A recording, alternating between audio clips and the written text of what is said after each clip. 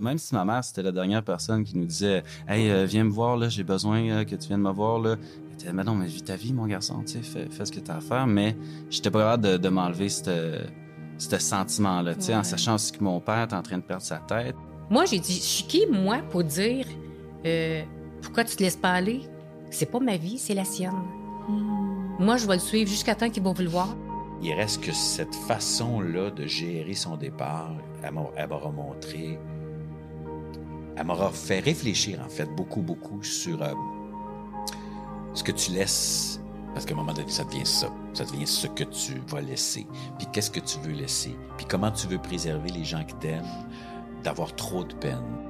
De juste dire à la personne, comme proche aidant, de dire à la personne, je sais, t'as pas envie de parler maintenant, j'entends ce que tu me dis, mais est-ce que je peux rester avec toi juste ici en silence?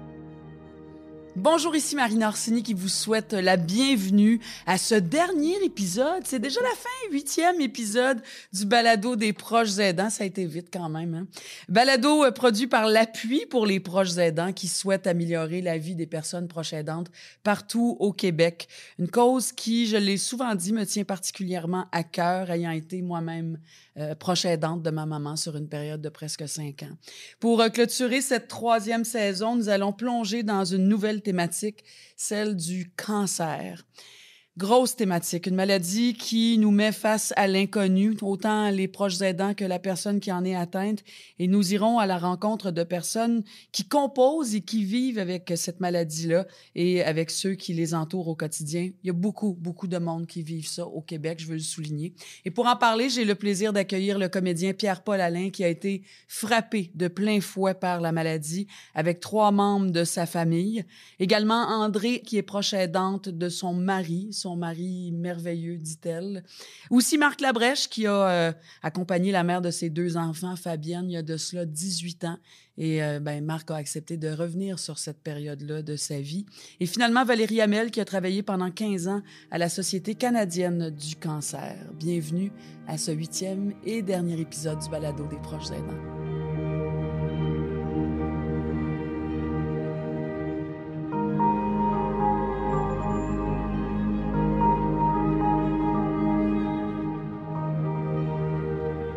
Nous allons débuter notre 8e épisode dédié à la thématique de cette terrible maladie qu'est le cancer avec le comédien Pierre-Paul Allain. Pierre-Paul est un comédien que vous connaissez puisque nous l'avons vu dans plusieurs séries, films dans le milieu québécois, dans la télé, dans le cinéma québécois. Ces dernières années, il est apparu sur vos écrans avec le téléroman, entre autres, Destinée, Vertige, Toute la vérité, Arsenault et Fils, Avant le crash, Les Mecs 3, Anna et Arnaud. Et nous le voyons aussi dans Les Bombes. Il y a aussi eu À cœur battant. Je dis tout ça parce qu'à travers tout ça, il y a aussi eu probablement un de ses rôles les plus marquants à vie. En fait, proche aidant, 3 fois, à 3 reprises. Bonjour Pierre-Paul. Merci d'être là avec nous. Bien, merci de m'avoir invité, Marina. Écoute, je dis tout ça parce que parallèlement à tout ça, il y a vraiment un tsunami qui est arrivé dans ta vie, qui est passé dans ta vie. C'est 2013, hein, c'est à partir de ce moment-là, où les 3 membres de ta famille, donc vous êtes 4, vous autres, père, mère, sœur et toi. C'est ça. Et les 3, donc ta sœur, ta mère et ton père sont tombés gravement malades presque en même temps. Presque en même temps, exactement, ouais. Ça a été quoi cette période-là dans ta vie? Ben, c'est quelque chose qu'on s'attend pas à l'âge de 26 ans, là, tu sais. J'étais quand même assez jeune, puis ça a commencé avec ma sœur. Elle a eu un cancer qui est quand même très rare aussi, là. Ça s'appelle une mole idatiforme, je pense que c'est comme ça que ça s'appelle. Ouais. Au lieu de faire un... En fait, c'est comme quand il y a un fœtus qui, au lieu de faire un fœtus, ça fait un cancer. Là. Je suis pas placé pour expliquer exactement de l'utérus, ce qui se passe. Hein, ça se passe dans l'utérus. Exactement, ça se passe dans l'utérus. Puis, durant cette même période, c'est que mon père a eu son premier cancer. Le cancer de la gorge, que ça a commencé comme ça. Fait que là, les deux faisaient de la chimiothérapie, un en face de l'autre. Ta mère était là, debout. Ma mère était là, debout. Oui. Là, vous étiez à Québec, tu vivais à Québec. À Québec, exactement. Je suis en train de finir Destinée. Là. Je venais de faire Toute la vérité. Mais dans la dernière année de Destinée, ma soeur avait le cancer. Ça a duré comme 7 mois de chimiothérapie. Puis après ça, ça a été correct. Mais ça a été un gros combat quand même pour elle, ouais. Puis quand on parle de proche aidance, tu dis oui, j'ai été le proche aidant de ma mère, de mon père, mais de ma sœur, ça s'est pas passé comme ça. Ben non, parce que, tu sais, j'étais quand même encore entouré. Ma mère était toute là. Mon père était quand même présent, même s'il avait le cancer de la gorge. Il n'avait pas perdu sa tête encore à cette époque-là. Ouais. Donc, tu sais, la famille, on était tous là pour elle. Tu étais son frère. Exactement. Tu étais là comme un ça. frère. Si tu pouvais y rendre de service, ça te faisait plaisir, C'est évidemment. C'est avec moi que tu allé voir l'oncologue pour la première fois. Ah oui, c'est après hein? qu'on l'a annoncé à la À vos famille parents. dans un souper. Ta sœur, elle avait quel âge? À 30 ans. Donc, légèrement 30 ans. plus vieille que toi. Ouais, 6 ans de plus que moi. Ouais. 30 Puis ans. ça a dû être quand même une période, ça a beau être ta sœur, je veux dire, et c'est quand même ta sœur. Ouais. Fait que, est-ce que ça s'est quand même bien passé? Comment t'étais-tu le plus proche possible dans cette période-là quand même? Ben oui, puis tu sais, honnêtement, je trouve que c'est là qu'elle a démontré la plus grande force qu'elle avait parce qu'elle a géré ça mieux que toutes nous autres, je pense.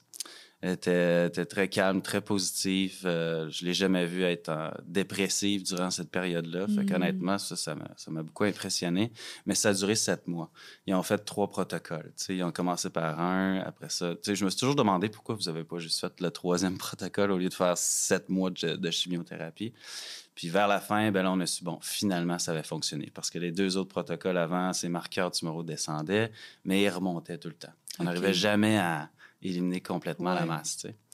Donc, mais j'imagine que des fois, ils veulent y aller aussi par étapes parce que ça peut être trop fort. J'imagine, c'est une des raisons, mais au départ, hein? Ça a été très dur sur son corps, sur tout, là. Puis est-ce que tu as senti à cette époque-là que c'était très dur sur tes parents? Parce que pour tes parents, ça a dû être un coup... j'ose même pas imaginer le stress que mes parents vivaient à cette époque-là. Mon père, c'était un homme de peu de mots, là. C'est vraiment un gars de bois, un gars de chasse, qui parlait pas beaucoup. Bon, c'est sa petite fille, on voyait très bien que ça l'affectait énormément. Mais ma mère, c'était la plus stressée, ça c'est sûr. Son mari, en même temps que sa petite fille, avait le cancer, donc ça devait être horrible pour elle dans sa tête. Oui, parce que donc ça a commencé avec ta sœur, Véronique. Après ça, c'est ta mère. Oui. Non, mon père. Ah, d'abord ton père. Mon Dieu, j'ai toujours mis ta mère en premier, puis finalement, c'est la dernière. Il y en a eu trop, c'est pour ça que c'est mêlant. On s'y perd, honnêtement, mais je veux dire, c'est une histoire incroyable, parce que tu te dis, ben voyons donc, c'est comme... comme une explosion, là. Exact. Tu te demandes quand est-ce que ça va finir. Là, j'imagine. Tu te demandes même si ça va être quand à mon tour. À un moment donné, je me l'ai posé la question. Là. C'est quoi qui va m'arriver à moi? Donc, après ça, ça a été ton père. Et ça a été quoi, ton père? Donc, cancer de la gorge? Cancer de la gorge. Après ça, quand il a réussi à s'en sortir un petit peu, il y a eu le cancer de la prostate. Donc, ça a été un autre protocole, ils ont enlevé complètement la prostate, puis tout ça. Et durant cette période-là, ma mère, elle s'est mise à faire des chutes au sol. Elle tombait. On comprenait pas pourquoi. On a fait... son médecin changeait, prenait des pilules pour la pression. Fait qu'on pensait que c'était ça. Puis à un moment donné, elle est tombée, puis elle s'est cassée l'épaule. Puis à ce moment-là, elle était dans le gazon, tu sais, en arrière dans le cours. Mais quand on tombe, normalement, le corps a le réflexe de mettre sa main, tu sais, de se protéger. Oui. Mais là, elle était tombée de tout son corps sur le côté, sans le réflexe de faire ça. C'est ça. Fait que je me suis mis à me poser des questions. Fait qu'en allant à l'hôpital avec elle, j'ai demandé qu'un neurologue la voie, tu sais, parce que je dis, c'est pas enfargé, là. Elle a perdu conscience. Qu'est-ce qui est arrivé? Puis là, ça a développé, puis là, elle faisait des chutes de plus en plus. Puis c'est un des symptômes de la maladie d'AMS, ça s'appelle l'hypotension.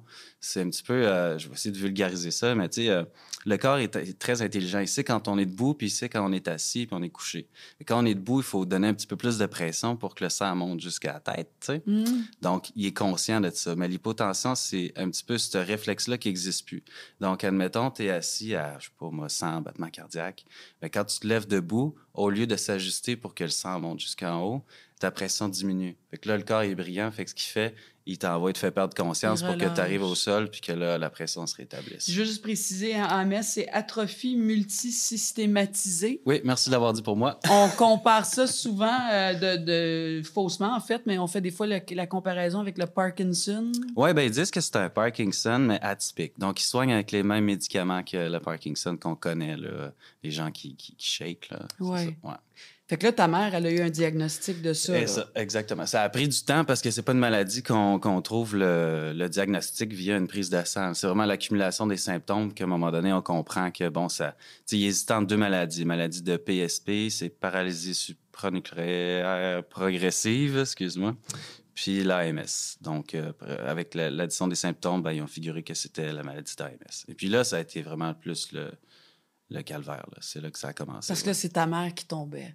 Exact. J'étais dans la maison avec un casque sur la tête, là, on savait plus quoi faire. Puis quand mon père, il était Parce qu'elle hospitalisé... protégeait comme un casque de football ou de Ben hockey, oui, hein, exactement, c'est ça, pour ben oui. protéger les chutes, la Ben tête. oui, parce qu'au début, on savait pas que c'était ça. Puis quand mon père est rentré à l'hôpital de se faire enlever la prostate, il a fait un délirium post-opératoire. Il est devenu vraiment en délire.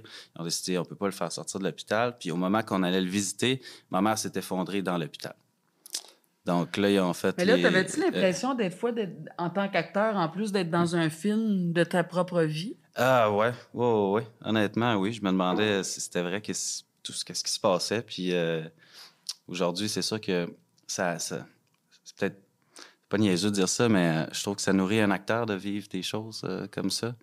Donc, sûr, hein? Au bout du compte, ça me nourrit pour faire des rôles dans ce domaine-là. Mais Dans tout ça, Pierre-Paul, à un moment donné, je veux dire, faut s'organiser, là, parce que là, il n'y a pas juste une personne dont il faut prendre soin, il y en a 3 là, en parallèle. ouais.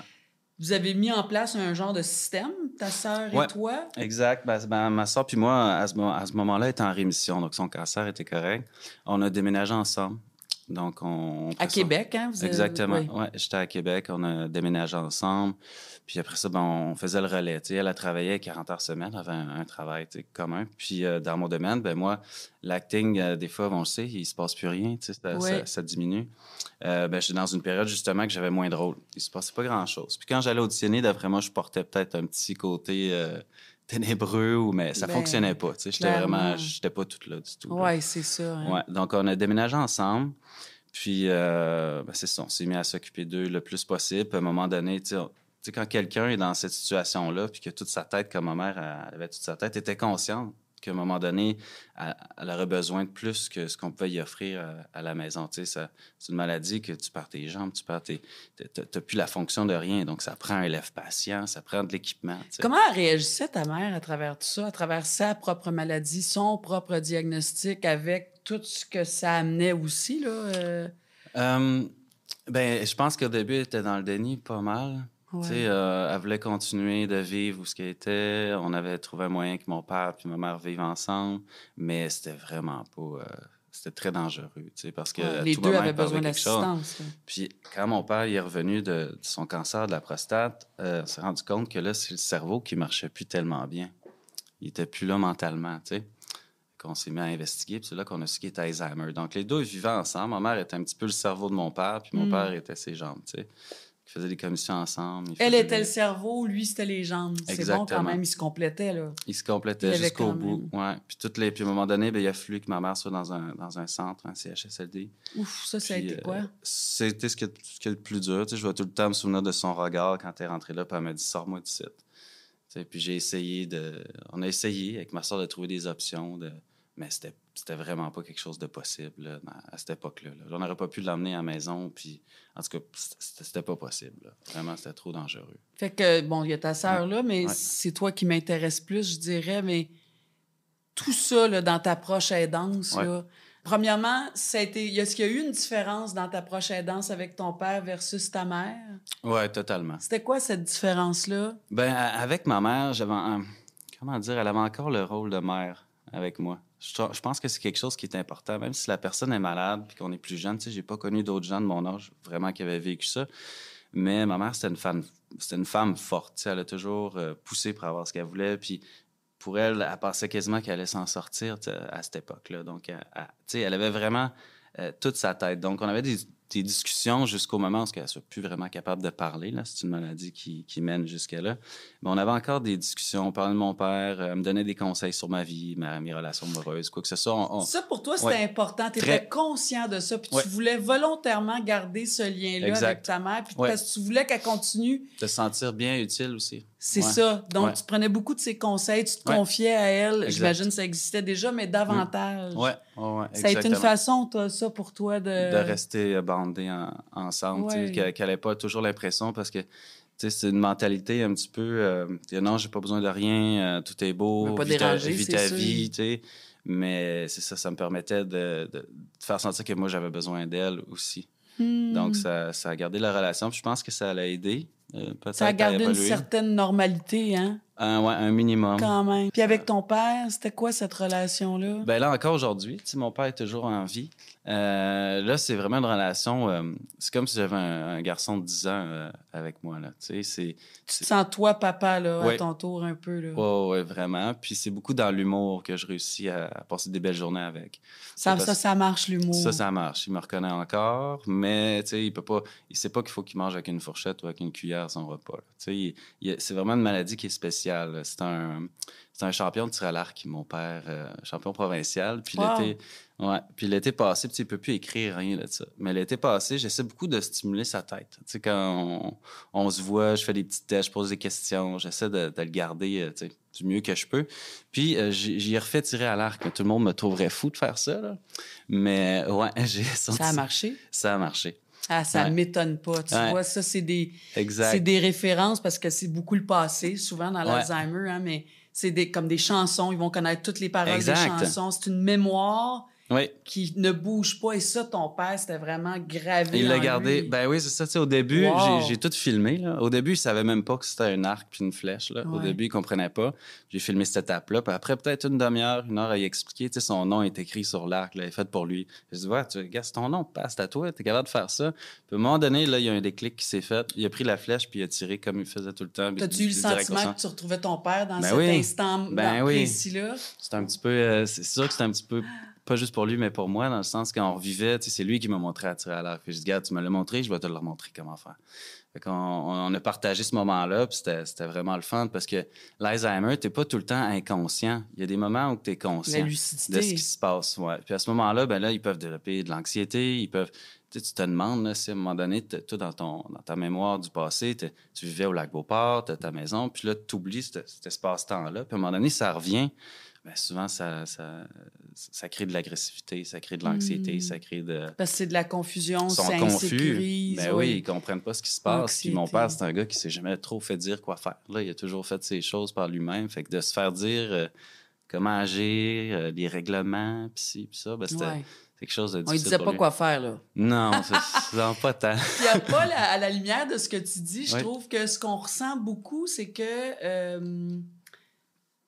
tu as été capable de te mettre à leur niveau, hein, donc à leur écoute, parce que c'est souvent ça les défis en proche aidance. Puis on juge pas ça, mais quand on l'analyse, là, c'est notre incapacité à être capable de se mettre au même niveau que l'aider, la personne malade, la personne qu'on aide. Et je trouve que tu as réussi à faire ça. Hein? Tu es allé chercher leur... tu les connaissais bien, c'est tes parents. Ben oui. Fait que t'as beaucoup joué sur ce que vous aviez vécu en commun, leurs forces, leurs capacités. T'as été capable de faire ça, de te concentrer là-dessus. Ben exact. Ma mère, je sais que c'est une femme qui aimait avoir le contrôle, qui aimait développer, qui aimait avoir des idées. Fait que je laissais faire ça. Pareil, même si qu'il n'avait plus les capacités de le faire. Puis mon père, c'est un gars qui aime rire, c'est un gars qui parle pas beaucoup. Fait qu'on est dans l'humour avec lui. Des fois, on chante en auto. Je fais tout le temps le gag, puis ça me fait rire, ça, mais... il a jamais aimé boire de la slotch. Okay? Mais ma mère, elle aimait ça. Puis là, aucune idée pourquoi, il veut tout le temps boire des slotch. Fait que en hiver, été, peu importe, il veut des slotch. Avec son lien à ta mère? Peut-être. Fait que j'y achète ça, puis je le filme dans mon auto. Parce que je trouve ça très drôle. Il oublie toujours qu'une slush, si ça boit trop vite, ça fait mal à la tête. Hey, mais hein, t'as l'impression que le cerveau va te fendre en deux. Fait que je le C'est filme. dans le palais que ça se passe. Ben hein? oui. Fait que je le filme, tu sais, puis j'y dis, puis après ça arrive, ça me fait bien rire, puis je montre après, puis on a du fun. Mais c'est vraiment dans cette relation, dans le présent, tu sais, de pas essayer de parler trop du passé. C'est peut-être une petite erreur qu'on a fait, mais on pourra en parler plus tard, mais tu sais, de pas parler de ce qui va arriver. On n'a pas fait ça vraiment avec ma mère. Là. OK, fait que tu te projettes jamais dans le futur et tu touches pas trop au passé. Donc, c'est le présent, c'est d'être dans le moment présent. C'était un peu ça. Tu sais, on savait jamais quand est-ce qu'il allait avoir... tu sais, c'est le genre de maladie qui t'amène à mourir d'une façon où tu t'étouffes. Tu sais, la plupart des gens, c'est ce qui arrive avec la maladie d'AMS. Là. Oui, à un moment donné, tu as de la misère à avaler. Puis là, à un moment donné, tu t'étouffes, puis ça crée des pneumonies d'aspiration qui appellent. Puis là, les poumons, ils deviennent engorgés. Puis bref, tu tombes en acidose, tu respires plus bien, ça t'endort. Puis là, tu rentres à l'urgence. Tu sais. Donc, c'était tout le temps il aurait fallu que ma mère, elle mange de la la nourriture écrasée, là, je sais pas comment Des purées. on dit, des purées, des affaires. Puis, tantôt, j'ai dit, ma mère, c'est une femme qui a une tête forte. Elle a jamais mangé de purée, là. Elle voulait des côtes levées, c'était des côtes levées. Ça prenait 2 heures à y manger. C'est pas grave. Fait qu'on... Puis tu te battais pas contre ça, Pas du évidemment. tout. Parce Pas que du souvent, ça aussi, c'est une affaire. On revient toujours à la proche aidance. Ouais. On insiste beaucoup sur des choses. Tu sais, ne Ouais. serait-ce que faut que tu manges. Ben mange ça aussi. On Non. devrait aller prendre une marche. Moi, je le sais, je m'entends avec ma mère. tu sais. Ouais, exact. On devrait aller prendre de l'air. Il me semble que ça te ferait du bien. On veut parce qu'on est en état de survie, puis on Ouais. est tellement démunis. Hein? On n'a Ben tellement pas de pouvoir là-dessus. Non, exact. Fait que c'est une façon aussi de rester en vie, de rester connecté avec l'autre personne aussi. Mais toi, tu as été capable de... Regarde, je te gérerai pas trop, tu as besoin de gérer, puis je vais essayer de te suivre dans ça. Exactement, ben oui. Puis c'est arrivé plusieurs fois qu'elle s'étouffe, puis j'ai à faire quelques manipulations, mais ouais. C'est ce qu'elle voulait, puis c'est une des seules choses qui restait. Manger, puis manger ce qu'elle voulait. Tu sais. Ben oui, quand il reste juste ça. Hein? Même fumer une cigarette, quand il te reste juste ça dans la vie, là. C'est ça. On peut-tu te la laisser fumer, ta cigarette? Exact. En fait, hein? C'est... À t'écouter parler aussi, Pierre-Paul, on se rend compte que tu sembles très au courant. Donc, tu as lu, tu t'es informé, tu as posé des questions, parce que ça aussi, c'est important là, à la prochaine aidance. Vraiment, oui. De savoir... tu sais, la plupart des gens qui je parle, il y en a beaucoup qui m'ont demandé des conseils des fois, puis je leur dis, ben, as-tu une travailleuse sociale dans le dossier? Puis ils font, c'est quoi, une travailleuse sociale? Ben, une travailleuse sociale, c'est elle, moi, qui nous ont montré, bon, ben, ça prendrait un transport adapté, comment je fais ça, quelle forme, c'est tel papier, c'est avec ton médecin. Elle, c'est comme ton lien central. Elle qui structure pour aider à t'apporter les besoins que tes parents ou ton proche a, tu sais. Donc, je trouve que c'est vraiment un allié...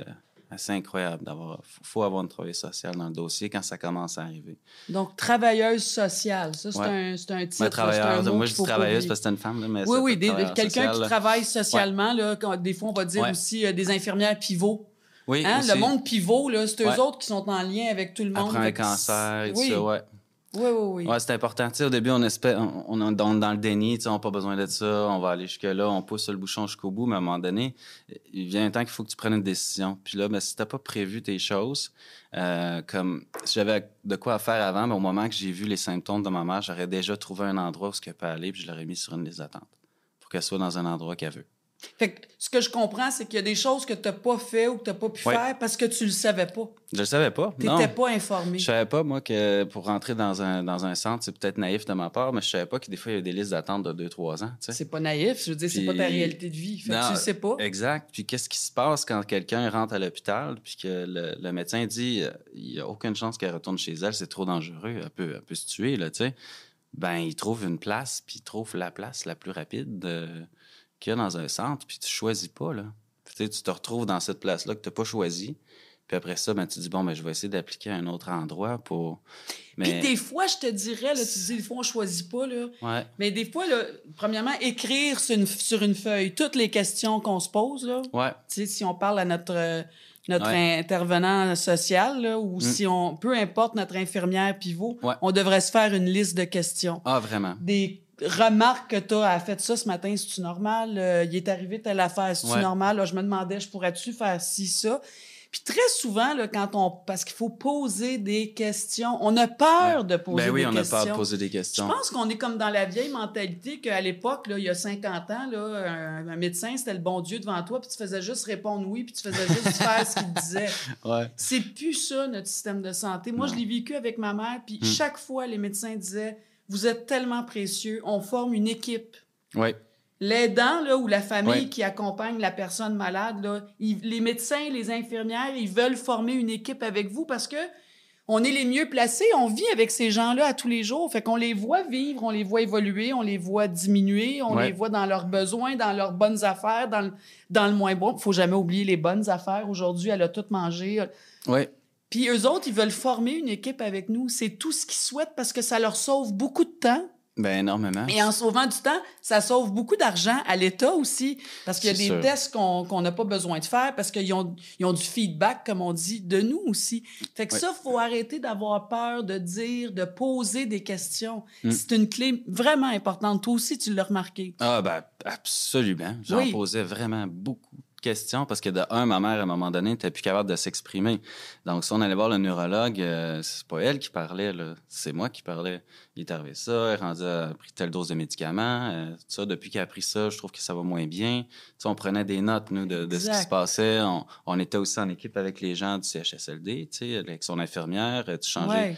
Avec mon père, je fais pareil, là, tu sais, avez-vous changé sa médication? Pourquoi il est comme ça? Il est agressif aujourd'hui? Exactement. Qu'est-ce que vous avez donné aujourd'hui? De la morphine? Pourquoi il Oui. est autant, tu sais, down que ça? Qu'est-ce qui se Oui. passe? Oui, mais souvent, les questions, on les pose pas parce qu'on n'a pas des réponses, tu sais. Dans un moment comme Clairement. ça. Tu sais, t'as peur de savoir ce qui va se passer, Oui. mais en même temps... Mais ça peut changer Ça- la donne beaucoup. Tu sais, tu parles de Énormément. placement, le placer Ouais. ta mère. Tu dis, ben, des fois, Ouais. on peut pas choisir. Ben, des fois, oui. Ouais. Des fois, là, c'est niaiseux comme j'ai besoin de trouver une place à ma mère. Ben, écoutez, oui, on en a une tout de suite, là, à Rivière-des-Prairies. Mais tu fais, écoutez, moi, j'habite le sud-ouest. Là, y a-tu quelque Ça chose de marche pas. plus proche? Mm. Des fois, c'est niaiseux de même. Puis ils vont dire, ben oui, justement, regardez, il a tourné une page. Ouais. Puis finalement, il y a une résidence à 10 minutes de chez vous. Ouais. C'est tout ça qui fait la différence. C'est ça, il faut être conscient que malheureusement, il y a beaucoup de monde qui vivent ces Ouais. choses-là. Puis les gens avec qui on travaille, qui nous aident, il y en a d'autres aussi. Puis ils Ils peuvent sont pas tellement non plus... débordés, Ils on le peuvent pas sait. tout deviner. Tu sais, il Non. faut que... Fait qu'on forme une équipe avec eux. Vraiment. À travers ça, Pierre-Paul, j'imagine, parce que tu disais si on avait pu faire ci, si on avait pu faire ça, mais à ce moment-là, on ne le savait pas. Mm. Le mot culpabilité me vient en tête. Ouais. Tu as eu ça aussi, Ah, ben oui. Je l'ai encore. encore. Parce que Ouais, là, il faut ouais. juste préciser, ta mère est Ouais. décédée. Oui, décidé il y a 4 ans, le 24 février. OK. Ouais. Ton papa, il est placé. Oui, oui. Puis ta sœur est encore là, elle est en rémission, on est Ouais. en 2023. Oui, ça fait plus de 10 ans, ma sœur. qu'elle va bien, est ta correcte. sœur. Elle va super bien, oui. Fait que toi et ta sœur, si ta sœur était là, je lui Ouais. poserais la même question, mais la culpabilité, Mhm. ça, comment tu as géré ça? Comment tu gères ça? Parce que tu dis, j'en ai encore, puis ta maman est plus là, tu sais. Comment on gère ça? On voit un bon psychologue.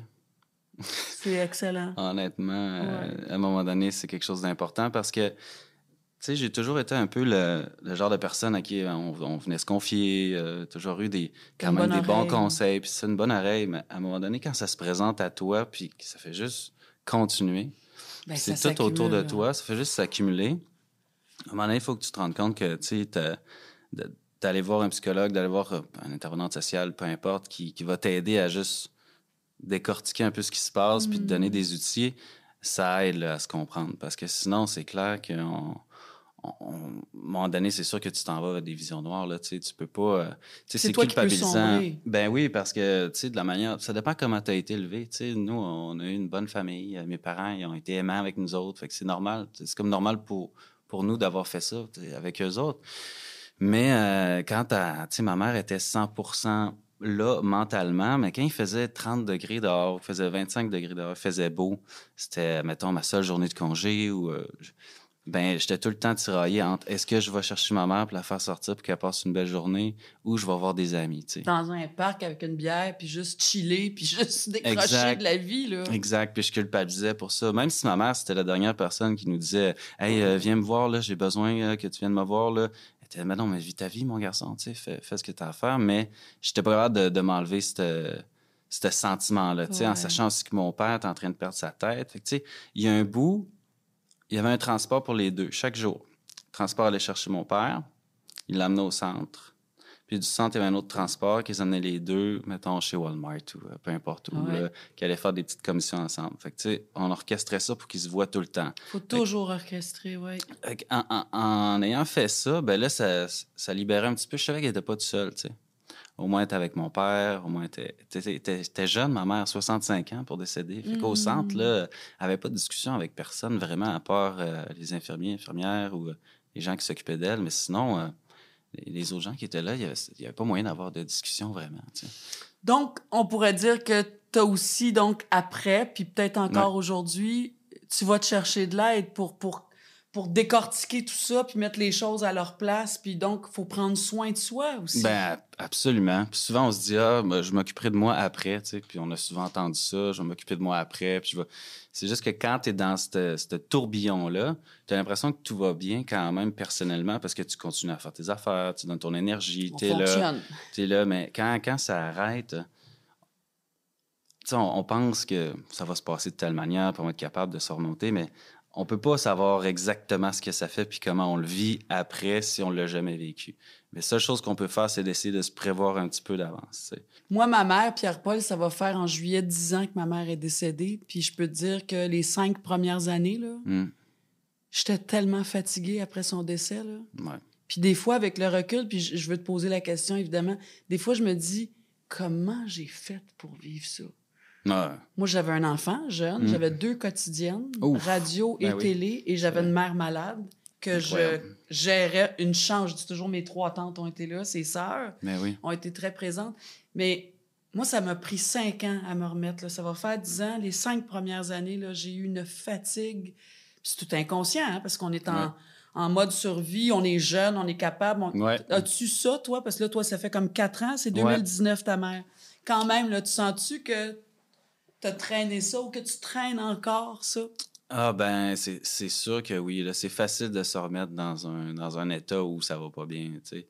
C'est surtout ça, je trouve, qui est important à travailler. Parce que n'importe qui, on peut toujours repenser à quelque chose du passé qui nous fait pas bien filer. Tu sais. Ouais. Puis ça, c'est un réflexe qu'on a tous, mais des fois, il faut apprendre à essayer de contrôler ça. Tu sais, quand on s'en va vers cet état d'esprit-là, ben on se dit, attends une minute, là. Là, je peux avoir le contrôle quand même sur ce que je pense, là. Bon, ben ça, c'était négatif, ça n'a pas bien été, mais si je repense à ça, ça va mieux. Fait que essayer de contrôler un peu nos pensées, Puis qu'on de a pas tout toujours fait se ce qu'on remettre pouvait, là-dedans. hein? Ben oui, qu'on a t'sais, fait. En tout cas, à partir du moment où tu fais de ton T'as mieux, fait puis ce que tu as t'as tout pu. fait ce que tu as pu Ouais. au maximum de tes capacités, de ta réalité, on peut pas faire plus. Puis ça, il faut accepter ça. Ouais, je pense. Ça, c'est dur aussi, hein? Oui, puis après, en tout cas, dans mon cas, ça a fait que les gens, ça n'a pas rapport, tu sais, on a toute notre réalité différente, mais j'avais beaucoup de misère avec les gens qui se plaignaient de des choses. Tu sais, On que développe là, comme une certaine intolérance. Hein? ah, j'étais vraiment très impatient Mais dans t'es ces comme moi, moments-là. j'ai vécu ça aussi. Tu sais, j'étais... Oui. Vous avez pas idée, vous comprenez pas c'est quoi vraiment Non. la souffrance, là. Vous savez Non, pas tu sais c'est pas quoi, c'est là. quoi être fatigué. Non, c'est ça, C'est exact. ça, il y a tout ça derrière ça. Hein? Puis après ça, tu dis, bon, ben, regarde, c'est la réalité de chacun, puis c'est... tu sais, on sait jamais, là. Mais ouais. Pierre-Paul, merci beaucoup d'être venu nous raconter ton histoire. Je trouve que c'est incroyable. C'est rare quand même là, que 3 membres de notre famille tombent quasiment ensemble au même moment, malades, puis des maladies Ouais. quand même assez graves.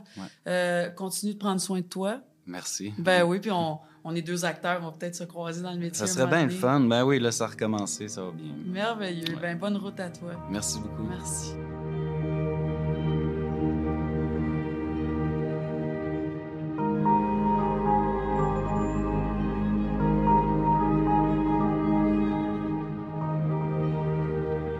J'accueille maintenant une femme inspirante, je pense que c'est le bon mot, qui partage sa vie avec un homme exceptionnel, selon elle. Ça part bien, hein? André Dupuis a rencontré son homme Normand en 2019, alors qu'il en était à son 6e cancer de la glande thyroïde. Et depuis ce temps, il a aussi fait face à 2 autres cancers. Il y a eu le pancréas et le foie. Malgré la réalité de la mort qui s'approche de plus en plus, elle est à ses côtés pour lui faire profiter de doux et bons moments et de folie aussi chaque jour. André Dupuis, bonjour. Bonjour, En plus, Marina. vous êtes toute lumineuse avec votre chemisier pâle, vos bottillons blancs, vos beaux yeux. Vous rayonnez. Merci. Et C'est on grâce à pourrait quelqu'un. penser le contraire parce que vous accompagnez un homme que vous aimez, Oui. votre conjoint, vers la fin de sa vie. Qu'est-ce qui fait ça, cette lumière-là? Je lisais que votre papa était comme ça. Hein? Il y avait un âme, une bonne âme, votre père. Oui, Il oui. vous a transmis ça. Oui, parce que je l'ai toujours vu, je l'ai toujours admiré à s'occuper de ses parents, s'occuper de ma mère qui est tombée malade à l'âge de 39 ans. Elle a fait de l'arthrite rhumatoïde intense. Puis il l'a toujours épaulé, il l'a toujours aidé. C'était un aimant. Il l'aimait. Je voyais qu'il était dévoué à elle puis qu'il l'aimait tellement. Je trouvais ça beau.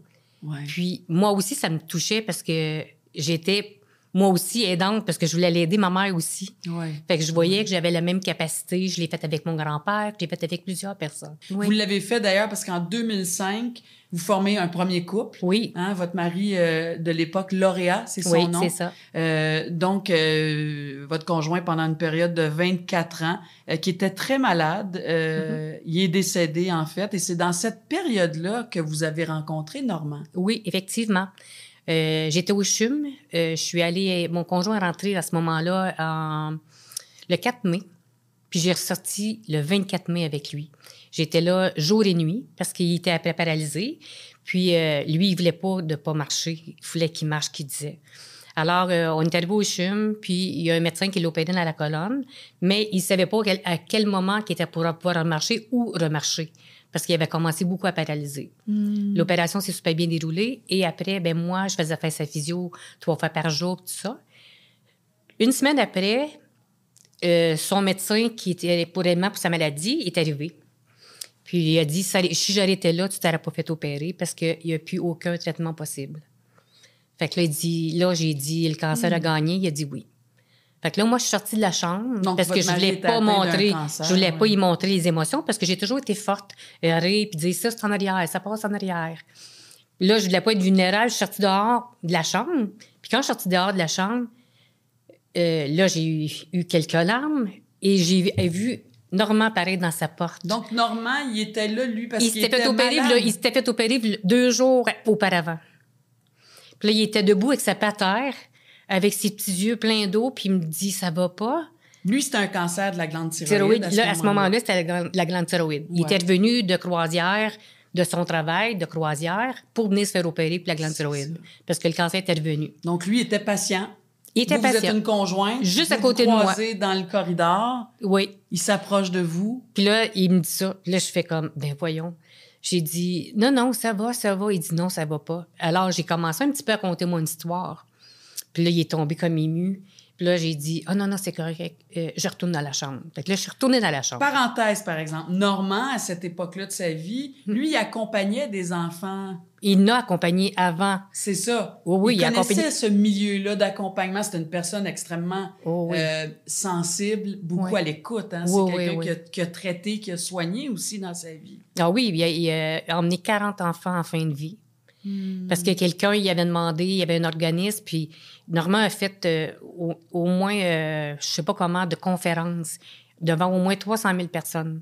Ouais. Fait que là, les gens l'ont connu, puis ils ont demandé, mais est-ce que tu viendrais, parce qu'il a déjà été grand frère aussi. Fait que là, ils ont demandé, est-ce que tu viendrais accompagner des enfants en fin de vie, qu'ils n'ont plus de papa puis de maman parce qu'ils sont soit en prison, sont drogués, tout ça.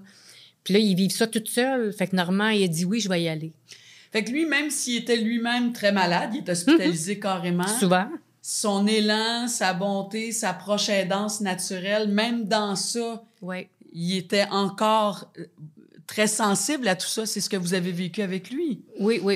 Puis là, votre mari est sorti de l'hôpital, vous êtes retourné à la maison. Oui, puis là, Normand nous avait dit, je vais aller vous aider. Il venait nous visiter 1 fois par semaine. Il venait m'aider pour que moi, je puisse profiter une nuit pour dormir.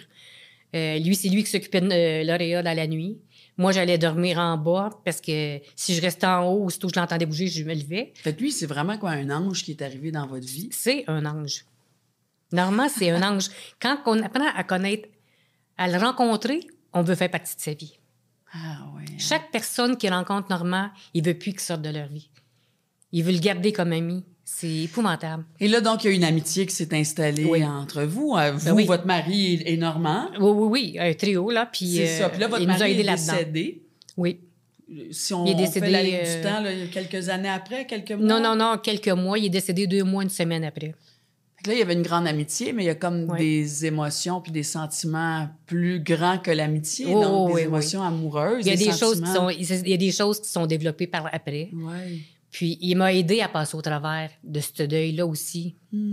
Parce que moi, tu sais, à un moment donné, quand tu es dans le deuil, tu es dans la phase de la fin, les gens, ils viennent pas nécessairement t'aider parce qu'ils se sentent impuissants, ils savent pas quoi dire. C'est ça, c'est toujours ça. Mais pourtant, il n'y a rien à faire. C'est juste de parler du beau temps, du mauvais temps. Mais c'est de la présence. C'est pas de parler de la maladie ou de dire, voyons, pourquoi il n'arrête pas de se battre? Il pourrait demander l'aide médicale à mourir. Il me disait ça. Moi, je disais, voyons donc. C'est son parcours. C'est lui qui va choisir quand il va vouloir partir. Moi, je suis la personne seulement pour l'épauler puis le suivre. Ouais. Moi, j'ai dit, je suis qui, moi, pour dire... pourquoi tu te laisses pas aller? C'est pas ma vie, c'est la sienne.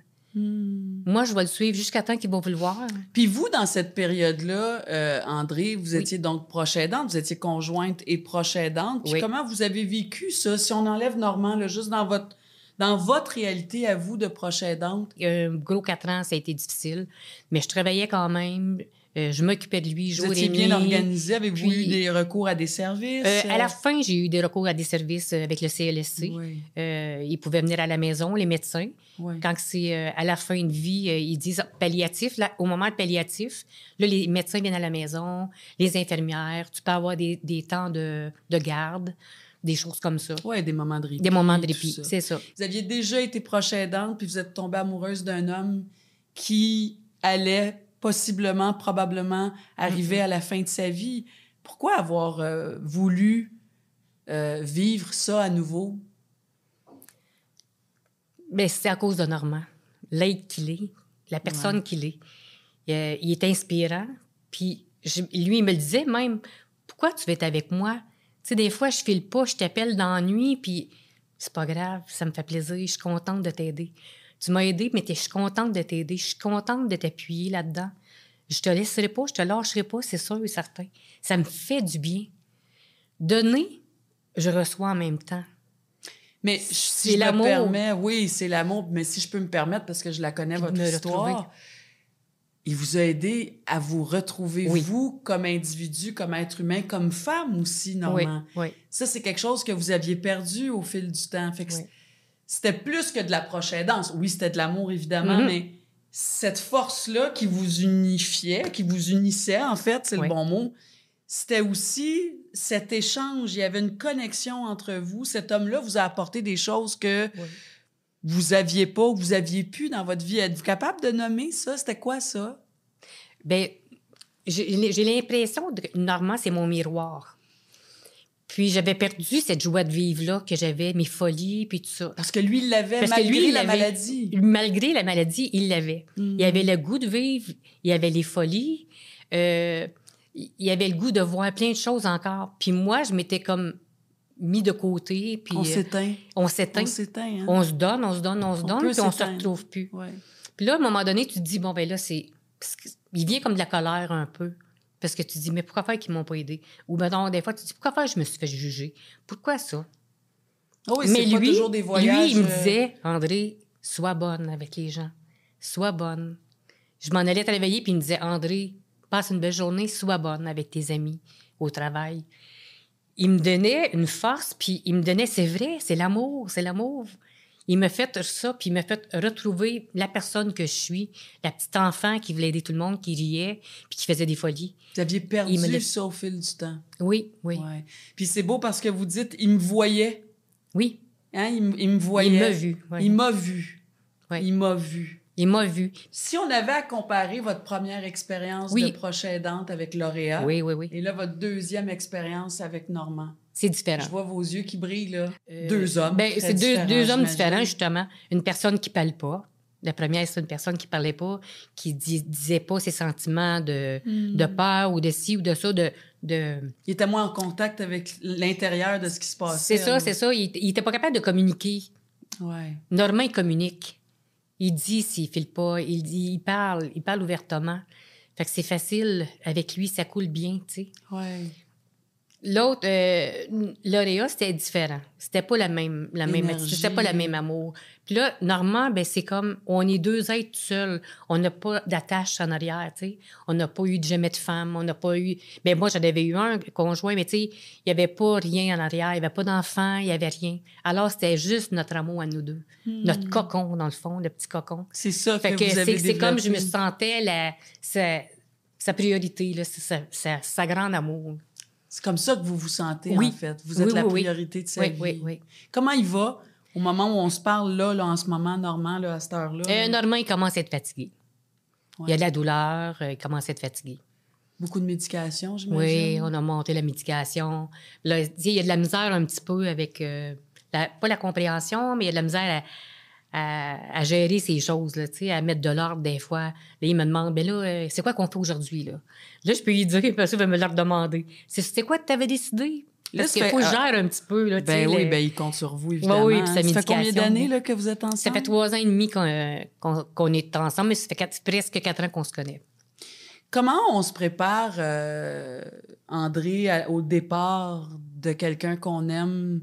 Puis j'ajouterais de quelqu'un qu'on aime à ce point-là, parce que c'est comme un grand amour inespéré. Presque, hein? Oui, c'est ça. Un amour dont vous rêviez, j'imagine, toute votre vie, que vous avez connu. Il y a du beau à travers ça. Puis je veux revenir sur la folie, parce que je suis curieuse de voir ça veut dire quoi de la folie dans la vie. Mais on se prépare comment à dire au revoir à quelqu'un? Moi, je dis on se prépare pas. On vit au jour le jour, maintenant, présentement. Je vais me figurer plus tard, non. J'arriverai là, mais qu'on soit rendu là. Je veux pas vivre ça pendant qu'on est bien, qu'on a du fun. Je veux vivre ces moments-là de bonheur. Je veux pas les vivre avec de la peine. Je veux les vivre avec de la joie. Fait que je me dis, mais qu'on soit rendu là, ben, on vivra qu'est-ce qu'on aura à vivre là. Parlez-moi des folies, parce que je trouve ça beau de dire la joie, le plaisir, on est dans la folie. Ça se transmet, je veux dire, ça se traduit comment, cette folie-là, dans le quotidien de la vie? Dans le quotidien, on peut se déguiser. Comme avant-hier, ben, je me suis mis un nez de clown avec mon stéthoscope. J'ai dit, je suis docteur clown. Lui, il me fait des farces aussi. Il se déguise, il fait tout ça de niaiserie. Il me dit plein de choses. À chaque fois qu'on fait des photos. Oui, à chaque fois qu'on a fait des photos, parce qu'il était 1 semaine et demie hospitalisé dans le temps des fêtes. Fait que, il est allé à Noël, il est allé au jour de l'an. Alors, on s'est déguisé avec notre pyjama de Noël. Avec après ça, au jour de l'an, on a mis nos choses, on prend une photo, on envoie ça aux gens, puis là, ça toujours un Noël. On fait plein de folies, tout le temps. On danse. Quand il y a la capacité, des fois, pour mettre une sorte de danse, on danse. C'est toujours C'est quand même formidable de pouvoir vivre ça. Puis, tu sais, des fois, tu te dis, ah, mon Dieu, je vais perdre ça, mais en même temps, il faut se dire aussi, j'ai eu la chance de le vivre dans ma vie. Puis il va rester là aussi. Ouais. Il va être resté gravé là. Puis dans votre cœur, hein, mais oui, sûr. Comment ça? André, je peux vous dire que vous êtes aussi inspirante en vrai que quand on lit, quand on s'informe sur l'histoire de votre vie. Vraiment, merci infiniment d'être venu nous rencontrer, parce que vous baignez dans ça, puis j'imagine que les jours, les semaines, les mois sont comptés, on le sait pas, mais d'avoir pris en plus le temps de nous rendre visite, là, c'est vraiment un beau cadeau. Je vous dis un immense merci. Mais ça me fait réellement plaisir. Oui, puis vous embrasserez Normand. Je vous remercie pour Normand aussi. Ça me fait très plaisir, mon Dieu. Merci à lui. Même, j'ai eu un beau cadeau. Un livre, Une vie pour guérir. Alors, j'ai bien hâte de lire ça. Merci.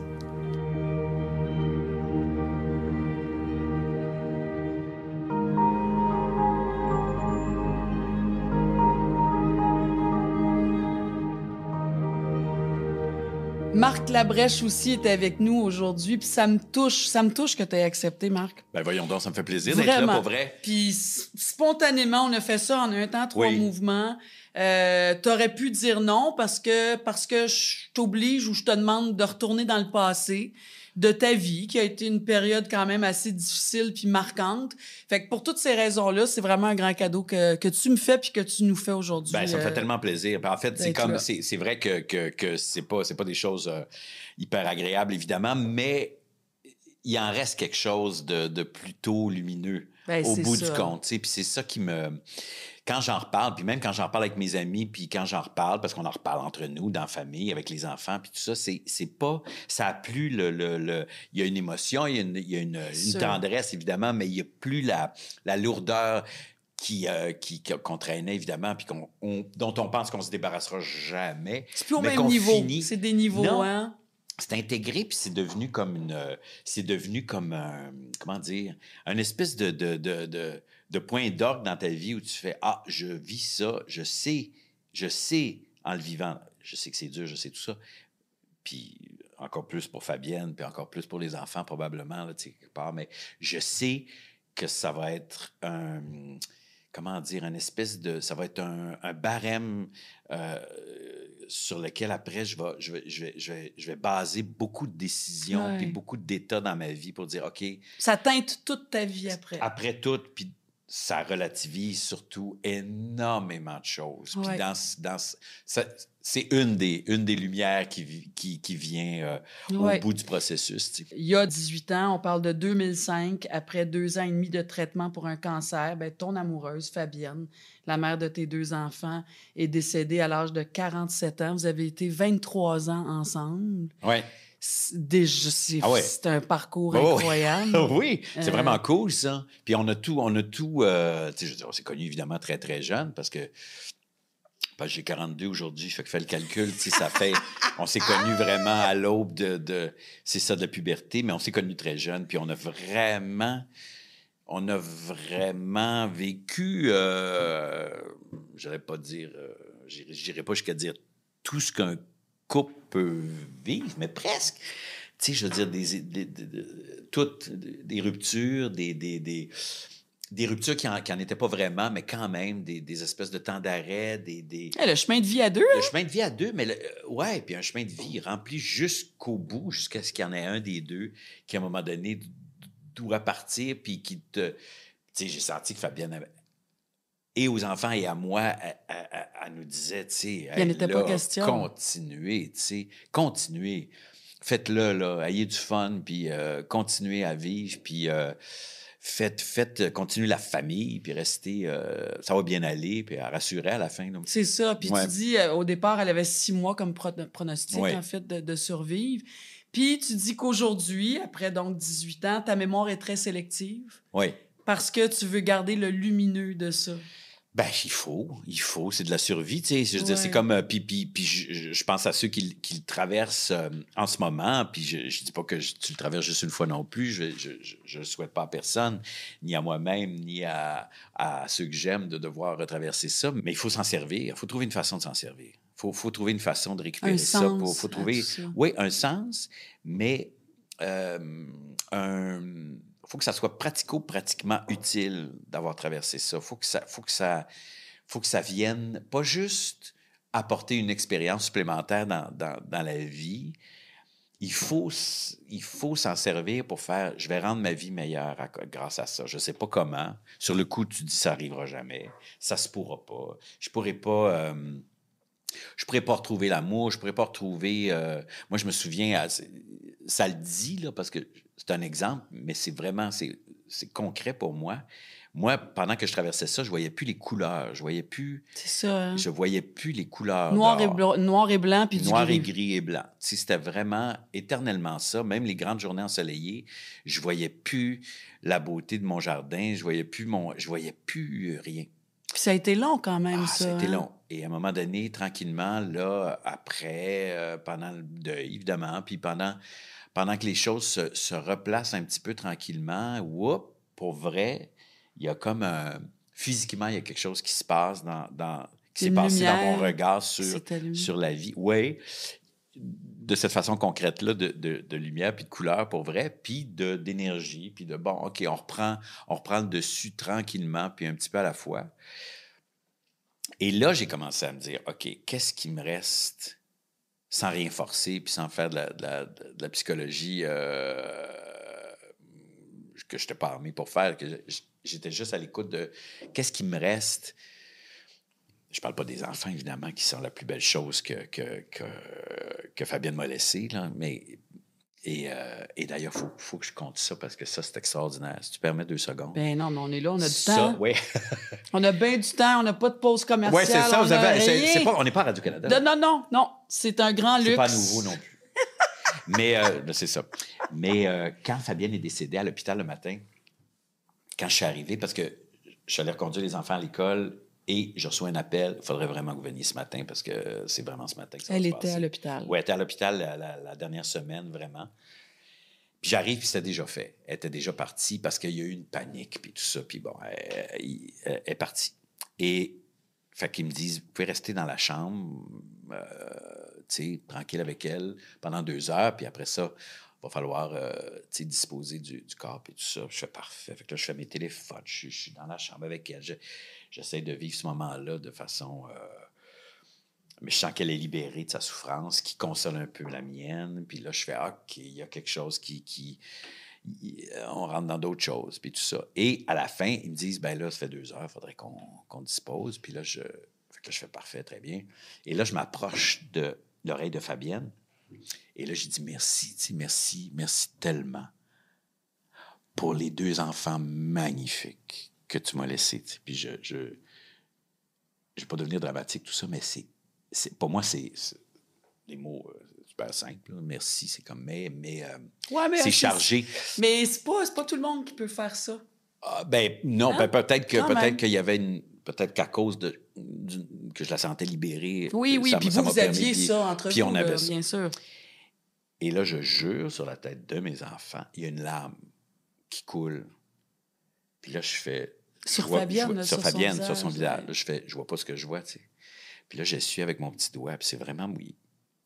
Là, je me suis dit, attends, y a-tu quelque chose que j'ai vu, que j'ai voulu, une image avec laquelle j'ai voulu partir, la dernière C'est-tu moi qui s'invente c'est moi ça? qui s'invente ça? Et j'ai jamais eu la réponse de ça. J'en ai parlé avec un de mes chums médecins qui m'a dit, ben, ils disent que l'ouïe est peut-être le dernier sens qui meurt. Mais là, il s'est pas avancé plus que ça. Puis je le comprends. Mais tu sais, j'ai fait comme... Et même si c'était moi... Peu importe. Moi, T'as vécu ça, toi. Moi, j'ai vécu. Fait que j'ai dit, ça, c'est mon psyché, la vie, je sais pas quoi, qui m'ouvre la porte à ce qui va suivre. Tu sais, qui me fait, OK, Un cadeau. tu vois, un cadeau. Ça, c'est comme, vous vous êtes parlé. Tu sais, tu y as parlé. Et tu as l'impression d'avoir eu une vraie réponse malgré la mort. Là, tu fais, ben...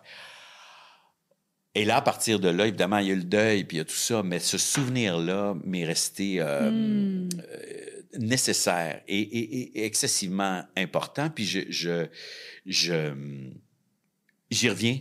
J'y reviens à l'occasion. Ben, parce que c'est un cadeau. Oui, puis c'est comme si, malgré toute la souffrance, d'abord de la personne, la tienne, le doute, l'inquiétude, l'angoisse, le vertige qui vient avec tout ça, il reste que, malgré tout ça, il y a quand même, au bout, moi, comment je l'ai vécu, là, puis c'est pas, j'ai été chanceux, parce que c'est pas le cas pour tout le monde, il y a quand même eu ce petit éclair-là qui m'a permis de basculer dans quelque chose de beaucoup plus positif pour la suite des choses, même si, sur le coup, c'était encore très, très douloureux, puis ça venait de se produire, tu sais. Puis tu dis aussi qu'on a vécu sa mort comme on a vécu notre rencontre. Ouais. Amoureuse. Oui. Vous avez été amoureux tout le temps, Ouais. vous autres. C'est pas devenu Ouais. une patiente, tu dis ça aussi. C'est pas devenu mon 3e enfant. Il n'y a Non pas plus. eu ça, hein? Non. Non, il n'y a pas eu... Non, puis on était... Tu sais, je veux dire, même... Moi, je dis toujours, puis, tu sais, des fois, je vais me moquer un petit peu, mais parce que j'aime. Fait que je me moquais de ma blonde aussi, qui se moquait de moi aussi, là, parce qu'on s'aimait. Dans les derniers moments, on a... C'est sûr qu'il y avait moins de ces moments de légèreté-là, mais il y en avait quand même. Puis il y en a eu vraiment jusqu'à la fin. Puis C'est évidemment, ça. quand t'étais... C'est sûr que quand t'étais morphinée, puis tout ça, elle faisait des affaires, les enfants, puis moi, on riait dans la maison. Je dirais, elle était comme autour de la... Puis elle savait, elle nous voyait, Elle puis était elle consciente. comprenait que, ah ouais, là, je fais un show. Là, je suis en train de faire un show qui peut avoir l'air épouvantable, qui pourrait avoir l'air épouvantable, dans le genre, oh mon Dieu, mais qu'est-ce que... Il faut amener une certaine légèreté. Ben, aussi. il faut, parce Parce que que... c'est tellement élevé. Ben c'est oui, sûr, au c'est départ. juste une suite de nouvelles difficiles à gérer, puis de deuils successifs qui s'enchaînent, puis d'accompagner sans l'impuissance. L'impuissance, et bon, tout le monde a dû dire, tout le monde doit parler de cette impuissance-là, et j'imagine, puis c'est ça qui est épouvantable là, avec les gens qui t'aiment. Mais quand tu sens que la personne, et ça, c'est un cadeau de Fabienne, là, quand tu sens que la personne accepte elle aussi Mais c'est ça, j'allais là, tranquillement par étapes. Parce qu'il y a eu un déclic aussi, parce qu'au départ, il n'est pas question qu'elle quitte ses enfants, son mari, son amoureux, sa vie. Puis à un moment donné, il y a eu un déclic qui s'est fait. Puis elle aussi, elle a embarqué dans son deuil, son départ, en fait. Hein? Elle était vraiment dans son départ. Ça se passait comment? Ça s'est fait peut-être 6 mois, je dirais 6 mois, s'il fallait nommer, tu sais, mais je suis pas sûr de ça, évidemment, je suis pas dans... Mais j'ai l'impression que 6 mois avant son départ, là, à Noël, c'était Noël, parce qu'elle est décédée le 1er juin, puis à Noël, Là, je sentais que le soir de Noël, Noël pour nous autres, c'est vraiment dans la famille, c'est quelque chose. C'est comme pas beaucoup. C'est une grosse affaire. Tu sais, c'est chargé de beaucoup d'émotions, puis de plaisir, puis de fête, puis tout ça. C'est sûr que la fête était teintée de tout ça. Mais j'ai senti dans son regard là, qu'elle me regardait. Elle regardait en fait sa famille autour d'elle, puis elle faisait OK. Puis j'ai l'impression qu'elle a commencé là, à faire des au revoir, là, tu sais, puis à l'accepter. À l'accepter. Puis juste avant qu'elle retourne à l'hôpital, à la toute fin, pour les derniers jours, elle a fait le tour de la maison, chaque pièce, et elle regardait par chaque fenêtre. Je ne sais pas pourquoi elle fait ça. Puis là, mais vraiment, elle regardait dehors, chaque fenêtre. Puis là, elle revoyait sa vie, elle revoyait, tu sais, on était tous dans les cette angles maison, de sa tous vie. les angles de sa vie. Puis elle disait probablement adieu à plein de choses en même temps. Puis elle m'a dit, ça va très bien aller. Puis elle était sincère, là. Elle a dit, ça va bien aller, ça va bien aller.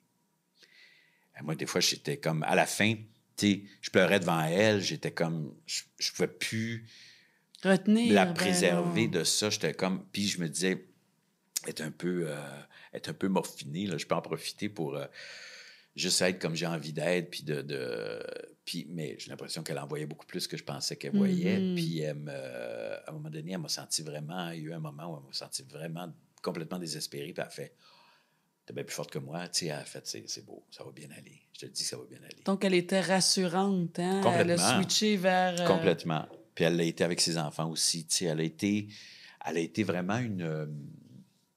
En fait, c'est ça que je racontais après, puis une fois le recul qui s'installe, puis une fois les émotions qui reprennent leur tiroir, si on veut, il y a un... Je me suis dit, OK, c'est quand même un privilège, d'une certaine façon, malgré tout, pas pour elle, évidemment, puis pas dans les circonstances vues de façon... à tête froide, là, oui. Froide, mais il reste que cette façon-là de gérer son départ, elle m'aura montré, elle m'aura fait réfléchir, en fait, beaucoup, beaucoup sur ce que tu laisses, parce qu'à un moment donné, ça devient ce que tu vas laisser, puis qu'est-ce que tu veux laisser, puis comment tu veux préserver les gens qui t'aiment, d'avoir trop de peine. Ça, c'est un cadeau qu'elle t'a fait, puis c'est là où tu as énormément d'admiration pour elle. Complètement, parce que, je veux dire, ça prend une intelligence émotive, puis un courage, puis j'ai eu le mot puis une résilience qui est exemplaire. Je veux dire, là c'est comme, OK, nous autres, des fois, on se trouve un peu courageux de traverser telle affaire ou telle affaire. Évidemment, il n'y a pas de combat plus demandant et plus exigeant et plus difficile à mener que celui où tu sais que tu t'en vas vers la mort, vers la fin de ta vie. Oui, avec des enfants qui sont jeunes, dans une famille où tout ce que tu as voulu, tout ce qu'elle a toujours voulu, Fabienne, c'est une famille. C'est une famille unie. Elle a essayé 2-3 fois d'aller travailler parce qu'elle dit, j'aime tellement travailler, mais en même temps, elle dit, j'aime plus rester avec mes enfants. Puis j'ai juste besoin d'être avec mes enfants. J'ai besoin d'être là quand ils rentrent de l'école. J'ai besoin d'être là, d'avoir la tête pour être disposé à écouter. Puis tout ça, ce que je ne pouvais pas faire en travaillant. Fait qu'elle a fait le choix, puis on pouvait se le permettre, Dieu merci. Mais toi aussi, parce que tu dis aussi qu'à cette période-là, tu avais les moyens de rester chez vous auprès d'elle. Puis ça a duré quand même un bon moment. Oui. Comparativement à d'autres familles où tu ne comprends pas le monde qui doit aller travailler tous les jours, qui vivent ça. Ah, ça, c'est effectivement. Mais c'est la réalité de beaucoup de gens. C'est la réalité du 9/10 des gens. T'sais. Moi, j'ai eu la chance, je sortais d'un show, une quotidienne que je faisais, puis fait que j'ai mis des sous de côté. Puis là, je me suis dit, OK, quand ça est arrivé, j'ai dit, ben là, je prends une pause. Je prends une pause, puis je vais vivre ça avec elle et pour les enfants. Et puis, j'ai pu aussi, moi, c'est ça, ce crash course-là, là, si on veut, sur... classe de maître, hein? Classe de maître, certains, sur l'approche de la mort, puis sur redistribuer les énergies aux endroits où ça vaut vraiment la peine, puis qu'est-ce qui vaut vraiment la peine de garder, sur quoi il faut travailler, comment aider ceux qu'on aime. Et ça, je l'ai vécu parce que j'ai été très chanceux. Puis j'y pense souvent, comme tu dis, aux gens qui n'ont pas le choix, qui doivent... Je veux dire, quand j'ai recommencé à travailler vers la fin, parce qu'il fallait que là, j'avais plus d'argent, puis il fallait que je recommence à à travailler là, au bout d'un an et demi, je pense, presque 2 ans. Là, j'y allais sporadiquement. J'essayais d'espacer les moments le plus possible. J'étais pas heureux quand je partais. Là. J'étais pas heureux. Mais je me sentais pas... je me sentais pas libéré ou je faisais pas « Ah, enfin, je sors de la maison ou je sors de ça. » C'était pire, en fait. Fait que j'ai dit non, faut... Puis je suis pas masochiste dans la vie, là, tu sais, c'est vraiment... Mais fallait que je sois là. Puis... Mais ça faisait partie du processus de deuil aussi. Ben hein? oui, C'est des étapes. C'est ça. Puis j'avais l'impression que je traversais mieux ça en étant avec elle, puis avec les enfants, puis que j'étais plus au diapason vraiment de ce qui se passait. Déjà que c'est pas difficile, c'est difficile à décoder, là, décoder ce qui arrive dans sa tête, décoder les étapes qui vont venir, c'est de l'inconnu total. Les enfants là-dedans qui J'allais sont... parler, les enfants dans tout ça. Hein? Orion... Léane. Puis Léane. Ils ont été magnifiques. Il avait quel âge à ce moment-là? Il y avait, tu vois, mon fils avec 15, ma fille 12 peut-être. C'était jeune quand même. C'était très jeune. Plein l'adolescence. l'adolescence. Oui, puis l'adolescence en plus, tu sais, avec tout ce qui vient avec ça pour eux. Puis, non, ils ont été... mais tu sais, ils ont cette espèce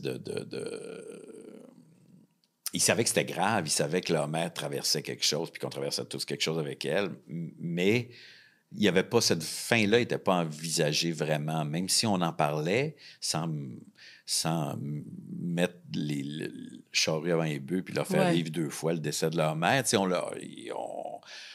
on était quand même... Il fallait les préparer d'une certaine façon, du mieux qu'on pouvait, puis avec ce qu'on sentait qu'ils étaient capables de prendre, puis d'entendre. Puis l'humour. Vous avez eu... on a eu tellement d'humour. Ça devait garder cette maison-là un peu comme un goût de printemps. Puis tu dis aussi que c'est vraiment tes enfants, la jeunesse de tes enfants qui t'ont aussi aidé à continuer d'avancer. Complètement. Hein?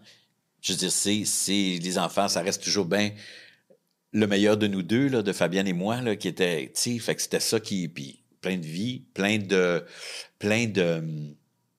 d'envie encore de faire des choses, même s'ils habitaient quand même une zone puis un monde difficile sur le coup. C'est vrai que la maison respirait encore quelque chose de relativement joyeux, malgré tout. Puis je l'ai réalisé quand leur mère est partie, puis qu'il a fallu que j'aille chercher mon fils qui travaillait ce matin-là au golf de Saint-Lambert. Et puis ma fille qui n'avait pas terminé encore son école. Puis là, quand je leur ai annoncé que leur mère était décédée le matin, c'est comme si là, ils réalisaient vraiment que c'était fini. Fait que je me suis dit, OK, fait qu'au moins pendant ces années-là qui ont précédé, même si il y avait quand même... Il avait été préservé de quelque chose. Je ne sais pas que c'est grâce à nous, là, mais je dis, ils ont été la jeunesse, comme tu dis. Aussi, ça protège au départ. Mais le contexte dans lequel ils le vivaient aussi, c'était comme... Oui, c'est ça. Après ça, évidemment, il a fallu vivre avec l'étape d'ensuite, mais puis ça, là-dessus encore, ils ont été assez magnifiques parce que... Puis même encore aujourd'hui, tu sais, c'était son anniversaire hier, puis à chaque fête, on s'envoie des textos, tu sais, bonne fête Fabienne, on espère que t'es bien, bonne fête. Puis on s'échange. Puis c'est une façon, parmi d'autres, on en a quelques-unes comme ça dans l'année qui viennent reponctuer. Fait que je me dis, ah bon, OK, ça fait partie, c'est intégré, c'est pas quelque chose qu'on essaie d'oublier, c'est pas... on veut pas oublier. On veut pas oublier. Puis honnêtement, encore une fois, tu sais, quand on en parle, chacun fait son processus. Je parle de mes enfants, chacun fait son processus. Moi, je fais le mien. Il y a plein d'endroits où on se rejoint, mais il y a une partie qui leur appartient complètement. Il y a, tu sais, ma fille, quand elle a eu Milo, qui a presque son bébé, 2 ans. Oui, son petit bébé. C'est quand même quelque chose, tu sais, de ne pas pouvoir partager ça avec ma mère, tu sais, de dire... Puis je la comprends tellement. Mais elle dit ça. Ce que je veux dire, c'est que oui, mais elle n'est pas nostalgique, elle n'est pas alourdie par ça. Puis elle doit porter sa mère en elle comme mère, qui doit teinter comment elle est une maman aussi, parce que c'était une belle... C'était beau. Ben oui. Fait qu'elle apporte ça, absolument, hein, c'est sûr. Absolument, puis c'est inspirant, autant pour elle comme femme que comme mère, puis mon fils autrement aussi, c'est inspirant, tu sais, puis Non, c'est ça. Puis l'humour à travers ça, encore une fois, pas dire que Ben non, l'humour, puis l'humour... C'était pas une pièce de... Non, c'était pas un vaudeville. Un théâtre d'été de vaudeville tous les Non. jours, là, clairement pas. Là. Pas en tout. Mais l'humour, c'est pas toujours de rire non plus, mais c'est de... C'est une soupape, ça allège. Hein? Des fois, c'est un mot, un regard, une niaiserie d'une plante qui tombe ou je sais pas quoi. C'est tout ça aussi. C'est une respiration qui change. Tu sais, l'humour, c'est pas nécessairement... Ça mène pas au rire, c'est pas de faire volontairement abstraction de ce qui se passe pour rendre ça faussement plus léger. C'est juste... Puis ça, c'est formidable parce qu'on sait pas trop, mais c'est comme... Oui, il y a le gag, puis il y a ce qui fait rire, mais... En tout cas, pour moi, l'humour, c'est une façon c'est une façon d'appréhender la réalité et puis à un moment donné d'y donner une autre musique ou une autre respiration. Je ne sais pas comment le dire autrement. C'est comme si tout à coup, il y a comme un état d'esprit qui vient se mettre par-dessus la réalité pour dire « Je vais prendre soin de toi. 2 secondes, je vais prendre soin de toi. Je vais juste te faire regarder vers le ciel un peu. Je vais prendre soin de toi. Je vais te rendre disponible à autre chose. Je vais te rendre ouvert à autre chose. Je vais aller te chercher de la nourriture pour que tu puisses revenir à table avec ce qui se passe pour vrai. Là. Puis ça, les trois, on l'a. Tu sais, on l'a, ça. On a reçu ça, on a ça dans l'ADN. Puis Fabienne l'avait aussi. Fait que même Fabienne était capable dans des temps où je fais « Oh my God, est-ce que moi, je serais capable d'avoir ce recul-là et cette résilience-là, encore une fois, mais je garde ça en tête. Je me travaille. C'est là que je veux aller. Qu'est-ce que tu as gardé de ça, Marc? Fabienne, elle t'a donné plein de beaux cadeaux, mais concrètement, par rapport à toi, par rapport à ta propre fin, par rapport à ta propre mort... Parce que c'est sûr que cette expérience-là, je veux dire, ça ne s'apprend pas dans les livres. Hein? C'est en le vivant qu'on l'apprend. Et il reste de ça beaucoup de choses en nous. Qu'est-ce qui est resté de ça pour toi, pour ta vie, ton futur, ton départ à toi? Je ne sais pas évidemment comment je vais partir. Je ne sais pas comment. Je ne sais pas s'il y aura le même genre d'agonie que Fabienne a vécu, par exemple. Oui, mais tu as pris des décisions, je pense. Ah oui, moi, je ne veux pas faire souffrir ça à personne. Je veux pas. Puis en même temps, je dis ça. Puis en même temps, ce que j'ai traversé avec elle, puis le temps que ça a pris pour le traverser avec elle, ça m'a appris des choses. Fait que je suis un peu ambivalent là-dessus. C'est que je me dis, je veux pas faire vivre ça aux gens que j'aime. J'aurais beaucoup de difficulté à ce qu'on prenne soin de toi. Ouais, de cette façon-là.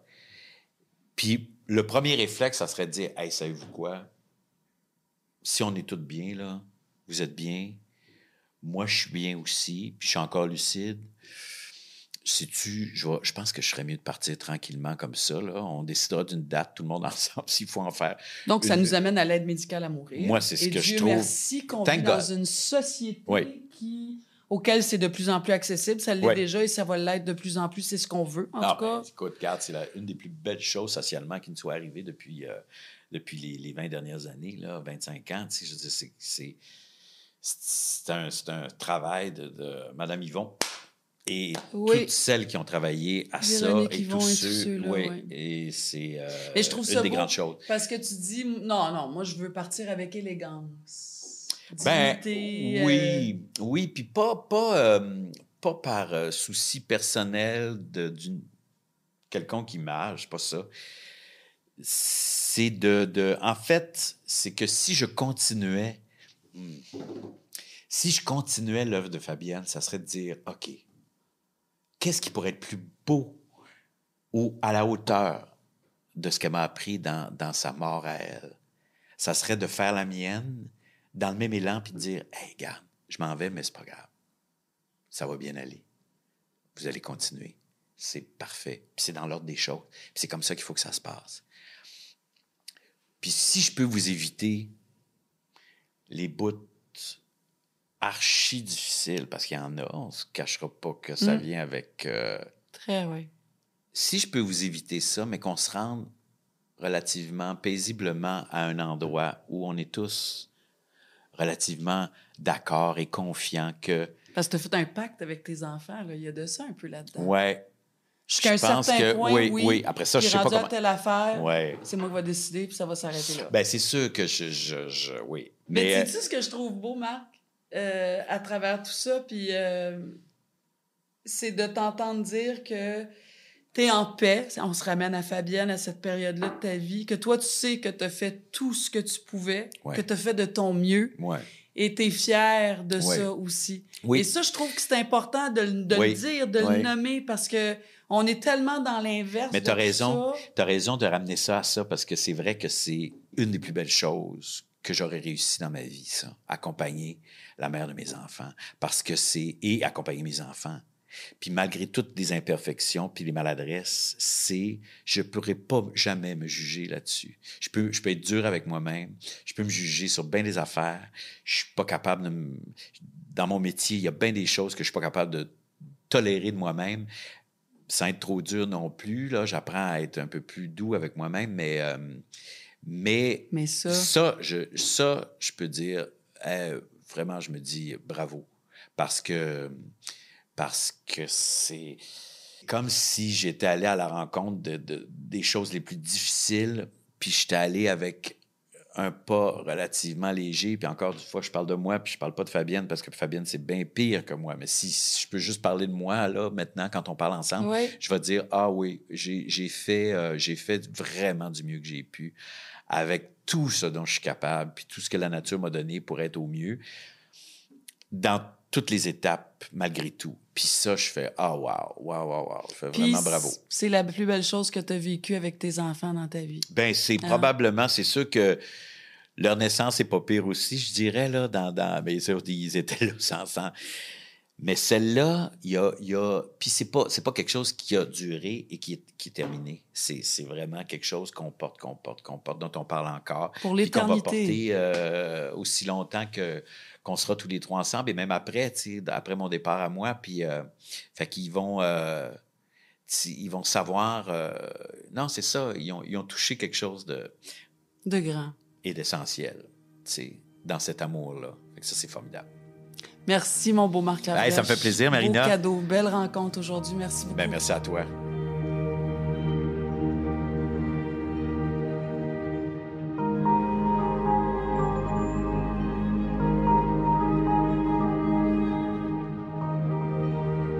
Et nous terminons l'épisode avec le regard d'une professionnelle qui, pendant 15 ans, a été très impliquée à la Société canadienne du cancer. On accueille Valérie Hamel. Bonjour. Bonjour, Marina. Ça va? Oui, ça va bien. Oui. Toi? On a décidé qu'on se tutoyait. On veut mettre ça au clair dès le départ. Oui. Ça, c'est réglé. Oui. C'était quoi ton rôle à la Société canadienne du cancer, Valérie? Bien, j'ai été conseillère principale à Cancer J'écoute, qui est un service de soutien psychosocial qui n'existe plus maintenant. OK. Mais on était une porte d'entrée pour les gens qui souhaitaient être mis en lien avec une personne atteinte de cancer ou un proche aidant. Donc, on les mettait on faisait un jumelage. Des gens. Un jumelage, exactement. Ah. Donc, c'était surtout basé sur l'écoute, qui est hyper importante. Oui, ça, c'est pas toujours évident. Donc, on formait nos bénévoles. On avait quand même un bon nombre de bénévoles qui faisaient ce travail-là. Puis d'ailleurs, j'aimerais les saluer parce qu'ils faisaient un travail incroyable. Précieux. C'est un don de soi, d'une générosité incroyable. Mais de partir de son vécu à soi, puis de faire de la place au vécu de l'autre qu'on accompagne. Donc, oui, tout à fait. C'est des gens qui étaient, de beaux humains. Tu fais maintenant partie de l'équipe de l'appui pour les proches aidants, donc de cette grande famille-là qui produit notre balado. Et aujourd'hui, tu fais quoi ici? Je suis coordonnatrice clinique et opération à Info Aidant. On va accompagner, on va encadrer, soutenir notre équipe de conseillers qui répondent aux demandes de soutien par téléphone, par courriel, par clavardage. Exact. Donc, on va offrir de l'écoute, des ressources, de l'information aux proches aidants. Ça, c'est comme les encyclopédies de tous ces services-là qu'on dit tout le temps. Il y en a beaucoup de services partout au Québec. C'est juste qu'on ne le sait pas, puis on ne sait pas où les trouver. Alors, ces coordonnateurs-là, coordonnatrices, c'est le lien direct, en fait. Bien, les conseillères, les conseillers qui vont répondre au téléphone, puis nous, en tant que coordonnatrices cliniques, on va venir les aider, les former, les outiller pour bien répondre aux demandes de soutien qu'on reçoit tous les jours. Précieux. Quelles sont on va commencer avec les caractéristiques de la proche aidance quand on parle de cancer, hein? Parce que chaque maladie a son approche. Oui, il y a les grandes les approches de façon générale, là, mais je veux dire, chaque maladie, quand même, on n'accompagne pas de la même façon quelqu'un qui souffre d'un cancer que quelqu'un qui souffre de dépendance ou de déficience intellectuelle, qui vit avec ça et qui est proche d'un aidé, hein, d'un membre de leur famille, souvent. Alors, c'est quoi les caractéristiques quand on parle de cancer? Quand on parle de cancer, on parle d'une mobilisation aiguë. Autant des personnes touchées par le cancer, donc la personne atteinte, les proches aidants, mais aussi du personnel soignant. On ne se le cachera pas, le cancer, c'est une maladie grave, c'est complexe, mais c'est aussi potentiellement mortel. Donc, ça fait peur. Il y a une atteinte à la vie, donc il y a une urgence d'agir. Les gens le disent lorsqu'ils sont touchés par le cancer, c'est « je viens d'avoir... il y a peut-être dans la période d'investigation, en attente des résultats des tests pathologiques. Ah, bien, tout ce chemin-là, du doute, du malaise. Moi, je pense à ma mère. Là, je l'ai vécu pendant 5 ans, là, que je trouvais qu'elle allait pas bien, je la trouvais triste, elle avait maigri. Même, il y a certains membres de notre famille qui disaient « Coudon, es-tu en train de faire une dépression? » Il y avait toutes sortes d'affaires qui... il y avait aussi physiquement. Moi, ma mère, elle disait toujours « J'ai mal à l'estomac. » J'ai mal à l'estomac, j'ai mal à l'estomac. En fait, c'est un cancer du côlon, stade 4, avec des métastases au foie. Donc, tout ce chemin-là, là, effectivement, de passer à on se doute, on va aller voir un premier médecin. Puis moi, ma mère, fallait que je la tire, là. Puis finalement, c'est moi qui l'ai carrément pris par la main pour dire, là, on y va à ton rendez-vous de médecin, puis c'est moi qui vais t'accompagner tout le temps. Parce qu'elle était un peu délinquante, elle voulait pas y aller, je pense qu'elle avait peur. Ouais. Et ce voyage-là, là, d'investigation, d'attente pour les résultats, le choc, tout à fait, qui est immense. Je veux dire, il n'y a pas de mots pour ça. Tout ça aussi, ça crée beaucoup d'anxiété. Oui. C'est une période difficile dans l'attente. On s'est associé, comme tu l'as dit, Marina, à un stress élevé jusqu'à temps qu'on reçoive un diagnostic. Il y a tout un choc qui vient de cette annonce-là parce que la maladie fait peur, parce qu'on doit agir rapidement, parce qu'il en va de l'état de la santé de la personne pour qu'elle s'améliore, la qualité de vie aussi et le taux de survie. C'est sûr qu'à partir du moment où on a un diagnostic, ça se met à bouger vite parce que là, ça peut être mortel. Et on a un système de santé absolument exceptionnel. Je tiens à le dire. La difficulté, c'est de rentrer dans le système puis savoir naviguer dans ce système-là. Elle est là, la difficulté. Oui. Une prise en charge rapide est essentielle, mais par la suite, d'avoir une équipe soignante, il y a beaucoup comme je pense que tu as constaté tous les acteurs qui sont impliqués dans l'équipe soignante, il y a énormément de gens. Grosse équipe, oui. D'essayer de se retrouver. On fait partie de l'équipe. Naturellement, la personne malade, et on souhaite que les gens soient accompagnés. Moi, je dis toujours, si ma mère n'avait pas été accompagnée comme elle l'a été, oui, par moi, mais mes tantes ont été très, très proches dans la proche aidance. Ma mère n'aurait pas vécu 5 ans. Ma mère serait décédée au bout d'1 an, peut-être 2 ans. Puis moi, ma mère, je pense qu'elle est tombée en dépression, puis elle est restée vraiment en choc pendant 5 ans. Comme je dis toujours, comme si un chevreuil, hein, dans la nuit, là, est ébloui par des phares, là. C'est l'image que j'ai de ma mère, tu sais. Mais ça mobilise de manière aiguë, accrue, toutes les sphères de la vie. À quel point, avec les effets secondaires des traitements aussi, ça vient toucher toutes les sphères au niveau physique, mais au niveau émotionnel, au niveau cognitif, au niveau social, au niveau spirituel. On est dans un état de tension intense. Permanente. Dieu merci, par contre, Valérie, il faut le dire, parce que moi, ma mère, elle a eu accès à des traitements absolument incroyables. D'ailleurs, je salue les gens du Jewish, l'hôpital juif de Montréal. C'est là que ma mère a été traitée. Puis c'est un hôpital absolument exceptionnel. Puis il y a eu beaucoup d'avancées. Tu sais, quand on dit la recherche, hein, puis on donne des sous, puis c'est fou. Là. Moi, mon père, qui a 33 ans, est décédé d'un cancer. Il y a 10 ans, ma mère, ça va faire 10 ans. Les avancées médicales, c'est hallucinant. C'est du sur-mesure. Effectivement. Puis, oui, la maladie fait peur.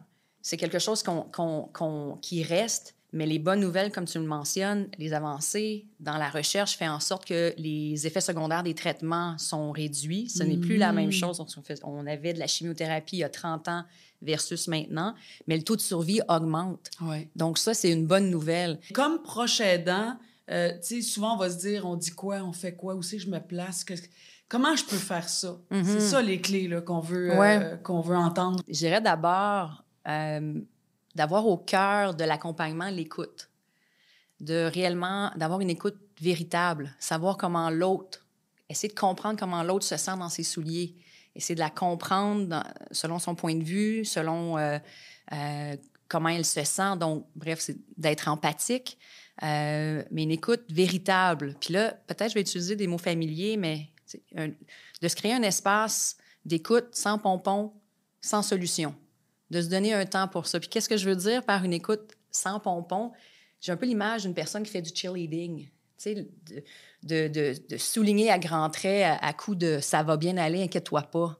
Mais peut-être que la personne en face de soi, elle a envie de dire qu'elle a peur, qu'elle s'inquiète, qu'elle est triste, mais en disant « écoute, ça va bien aller, inquiète-toi pas ». C'est comme si on lui fermait la porte au nez. Ouais. On relègue ça en dessous du tapis. Alors que quand je dis laisser de côté le positivisme à tout prix, pour juste être là, présent, être à l'écoute de ce que la personne vit. Ouais. On le sait, c'est des émotions, c'est des montagnes russes d'émotions, donc d'être à l'écoute de ça sans pompons. Les pompons vont être nécessaires à des moments, mais à l'occasion d'avoir des moments, des espaces de partage sans pompons. Puis sans solution, c'est d'être à l'écoute en essayant de ne pas avoir la réponse tout de suite. On discutera ensemble des façons de faire pour se rendre là, mais en ce moment, je t'écoute véritablement puis d'être présent. Tu sais, comment tu vas aujourd'hui, toi? Comment tu te sens là présentement? Ouais. Juste des questions comme ça, c'est des questions banales, mais il faut être à l'écoute de ça aussi, d'être présent, d'être attentif à l'autre. Je pense que c'est comme les deux extrêmes, autant les pompons que le drame. Effectivement. Il ne faut pas oublier que c'est pas toi tu le vis d'une façon, là. Tu vis un drame, mais je veux dire, il faut pas rester dans le drame comme il faut pas rester dans le cheerleading. Puis moi, ce qui me vient automatiquement, c'est laisser la place au silence. Et ça, c'est de l'intimité. Puis ça, c'est confrontant parce que tu as aussi peur que la personne qui est... et vice-versa, là. Mais moi, tu sais, j'ai eu des grands moments de silence avec ma mère, puis qu'on se regardait, puis qu'on partait à pleurer. On a eu des chicanes. Moi, à l'époque où ma mère est tombée malade, je me séparais. Puis elle a eu un diagnostic. Fait que moi, ma vie a tu vivais des déboulé. choses aussi. Oui. Et sa vie déboulait, mais pas pour les mêmes raisons. Et je me souviens, à un moment donné, les premières semaines, là, on a eu une grosse chicane chez nous. Et elle est partie de chez moi. Et je la voyais traverser la rue parce qu'elle habitait en face de chez nous. Et je pleurais, je criais. Elle m'entendait pas, elle était dehors, tu sais. Puis moi, à partir de ce moment-là, je me suis dit, OK, qu'est-ce que je fais?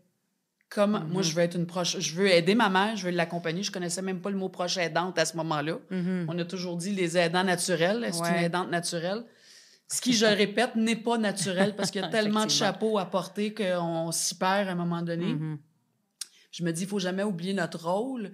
Mais moi, je suis allée me chercher de l'aide. J'ai eu recours à une psychologue qui était spécialiste en deuil. Autant pour quelqu'un qui est malade, elle s'occupait de gens malades qui étaient en deuil de leur santé, ils perdaient leur santé, mais elle accompagnait aussi les familles donc de cette personne malade-là. Et ça a été extraordinaire. Je pense que je l'ai vu sur 4-5 reprises. Puis il y a une chose qu'elle m'a dit que j'ai jamais oubliée, puis je trouve que ça va avec notre discussion. Elle m'a dit, Marina, il faut que tu acceptes qu'en ce moment, là, dans ta vie avec ta mère, c'est toi qui es assis dans le siège du passager. C'est ta mère qui est le chauffeur, puis c'est elle qui tient le volant. Puis j'avais beaucoup parlé de ma relation avec ma mère, puis c'était clair que moi, j'avais souvent été celle qui conduisait le véhicule, puis parce que j'ai beaucoup pris soin de ma mère. Puis elle a dit, pour la première fois de ta vie, il va falloir que tu changes de place.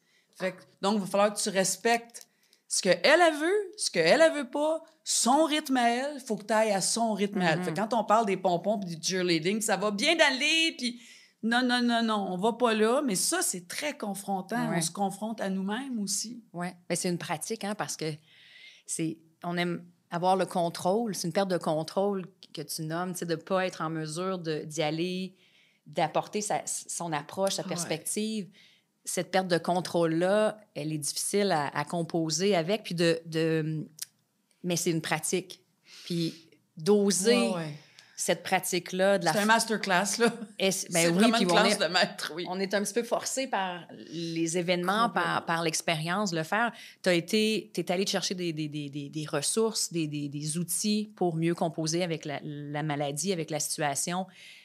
Pour d'autres personnes, ça va être d'autres outils, mais c'est un inconfort. Essayer de pratiquer cette présence-là. Être dans le silence, c'est pas facile, mais de juste dire à la personne, comme proche aidant, de dire à la personne, je sais que tu n'as pas envie de parler maintenant, j'entends ce que tu me dis, mais est-ce que je peux rester avec toi juste ici en silence? C'est immense, on sous-estime. Ah mon Dieu, mais ça a pas... Moi, je l'ai tellement vécu avec ma mère, là, tu sais, puis juste, peux-tu rester avec toi? Tu veux-tu que je reste avec toi? Veux-tu que je te tienne la main? Ouais. Veux-tu que j'aille te chercher un café? Des fois, j'allais prendre une marche parce que je la laissais avec elle-même aussi. Mais je veux dire, c'est un grand voyage. C'est un grand voyage. Ça me rend tout le temps très émotive quand j'en parle. C'est un voyage de vie, tu sais. Je veux dire, c'est... Ça transforme. Mais totalement. Complètement et totalement. Ouais. Je voulais parler aussi, Valérie, que des fois, on est confronté à une personne, que ce soit un parent, une amie, peu importe, qui a sa vision. On parle de cancer, hein? Puis il y a des cancers, il y a des stades, il y a des niveaux de gravité, tout ça. On n'est pas nécessairement d'accord avec les choix ou les décisions que la personne va prendre. Il y a du monde qui veulent guérir un cancer avec du jus de carotte. Je ne juge pas ça, mais ça peut être confrontant. Là. Si toi, là, tu crois en la médecine traditionnelle, puis que à l'écoute des médecins, des spécialistes, ça serait pas mal mieux, puis que si tu fais ça, tu as 80% de chances de t'en sortir. Faut écouter ça, mais c'est pas le cas pour tout le monde non plus. Ouais. Non, c'est difficile, surtout quand il y a une confrontation par rapport à ses croyances. Oui, ça peut être spirituel, religieuse, il y a plein d'affaires là-dedans. Tout à fait, aussi, oui. Là. Et de se placer, c'est sûr qu'on ne peut pas forcer personne, mais de nommer en toute transparence comment ça nous affecte, cette décision-là, puis de le dire, les répercussions d'une telle décision, ça m'inquiète. Mais parle-moi-en davantage. Allez essayer de comprendre qu'est-ce qu'il y a derrière cette décision-là. Puis à un moment donné, il ne faut pas pousser non plus. Non. À un moment donné, il faut se résigner, il faut respecter parce que ça devient de l'acharnement puis ça devient une agressivité, une agression pour la personne qui le vit déjà dans son corps, dans sa tête, dans son âme. Je veux dire, si pour elle, c'est clair comment elle veut vivre ça, faut le respecter, mais ça aussi, c'est difficile. Tout à fait, oui. Parce que c'est pas la solution de tenter de convaincre. C'est pas optimal comme solution de tenter de convaincre, mais parfois aussi, en tant que proche aidant, c'est peut-être une option, c'est de peut-être se retirer partiellement de son rôle de proche aidant. Si la personne qui était justement au niveau des traitements parallèles, qui souhaite utiliser un traitement en remplacement, la médecine traditionnelle, je dirais, écoute, si toi, tu décides d'aller dans cette voie-là, je préfère ne plus t'accompagner pour tes rendez-vous avec le médecin parce que ça m'interpelle, ça m'affecte trop pour que je puisse t'accompagner. Mais je vais poursuivre, par contre, je vais continuer de t'accompagner pour d'autres trucs, d'autres tâches. Ça peut se préparer dans une famille, à moins que tu sois seul, là, mais je veux dire, il y a peut-être un membre, un ami de la famille qui peut mieux accompagner dans cette période-là ou à ce moment-là. Mais si on parle d'une famille, mettons, si on est 2, 3 frères et sœurs, ben chacun a ses forces, chacun a ses capacités. On le dit, hein, des fois, il y en a un qui est plus patient, fait que c'est celui qui va aller au rendez-vous chez le médecin parce qu'on attend que 3 quarts d'heure à attendre dans la salle d'attente, justement. Fait qu'essayer de choisir ceux qui ont les forces pour accompagner dans tel département, si on veut. Il y a ça aussi. Donc, ça aussi, ça se prépare. Si on n'est pas bien, tu regardes la personne aller, ça t'indispose, ça t'attriste, ben tu peux déjà en parler dans ta famille pour dire, gars, moi, je pense que je serais pas capable de faire ça. Tu penses que toi, tu pourrais? Fait que quand t'en reparles à la personne, t'as aussi une solution. Oui. Je pense ceci, mais regarde, on pourrait faire ça aussi. Ça se fait, ça, évidemment. Tout à fait. Puis je pense que c'est une bonne façon aussi de se préserver soi-même, de réfléchir à ce que je peux faire et ce que je veux faire. Oui. Puis ensuite, de prendre un pas de recul, parce que, comme tu l'as dit, on a des forces, on a des compétences, on a des capacités, mais justement de reconnaître ça aussi parce qu'on n'est pas à 100% tous les jours. Ce que je peux faire dans mes capacités du jour, les capacités du moment, c'est ceci, et de l'exprimer. Donc, il y a d'établir ses limites, de les reconnaître, mais de les exprimer aussi, parce que peut-être une journée, aujourd'hui, je peux faire telle et telle chose, mais le reste, c'est pas possible parce que je me sens pas bien. Et ça, Ouais. c'est une force aussi de reconnaître qu'on peut être vulnérable en tant que proche aidant. Ouais. C'est fort Puis peut-être possible. que toi, tu as une voiture, ben toi, ton rôle, ça va être de l'accompagner à ses Absolument. rendez-vous, de la déposer à la porte, puis de revenir la chercher en fin de journée. Tout à C'est fait. précieux, ça aussi. Il y a tellement de choses à faire quand on est malade. Oui, et de déterminer des tâches précises qui peuvent être plus faciles, peut-être que mon frère. Lui, c'est d'aller chercher les enfants aux activités sportives. Ça, c'est précieux, Parce que là. la routine Ouais. continue aussi durant la maladie. Ouais. Donc, de déterminer qui peut faire quoi, d'avoir un plan. Si on a des ressources autour de soi, si on a un réseau de soutien, ou sinon, il y a des ressources externes qu'on peut peut-être aller chercher, justement, de nous appeler à Info Aidant, qu'on puisse tenter de voir avec eux c'est quoi les besoins du moment. Oui. Exact. C'est une force d'aller chercher de l'aide, Oui, puis savoir d'oser. s'entourer. C'est un travail d'équipe. On a besoin d'assistance. Merci beaucoup, Valérie Hamel, pour tes conseils. C'est toujours des plus. Merci infiniment. Merci, Marina, de ta présence.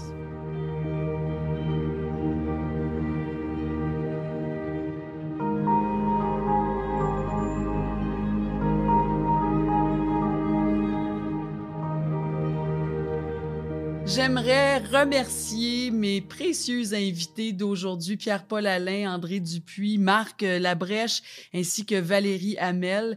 J'en profite pour remercier tous ceux qui ont fait de cette 3e saison un balado toujours pertinent et surtout très éclairant. Si vous n'avez pas encore eu la chance d'écouter le balado des proches aidants, aucune des saisons, ben c'est pas compliqué. Rendez-vous sur l'appui.org et aussi sur les différentes plateformes d'écoute. Il y a aussi plein de conseils sur le site de l'appui, des conseils pour vous. Je vous rappelle que vous pouvez également appeler Info Aidant, c'est le 1-855-852-7784. Merci de votre précieuse fidélité, de votre présence. Ça a été un bonheur. C'est Marina Orsini qui vous dit à très bientôt. Prenez soin de vous.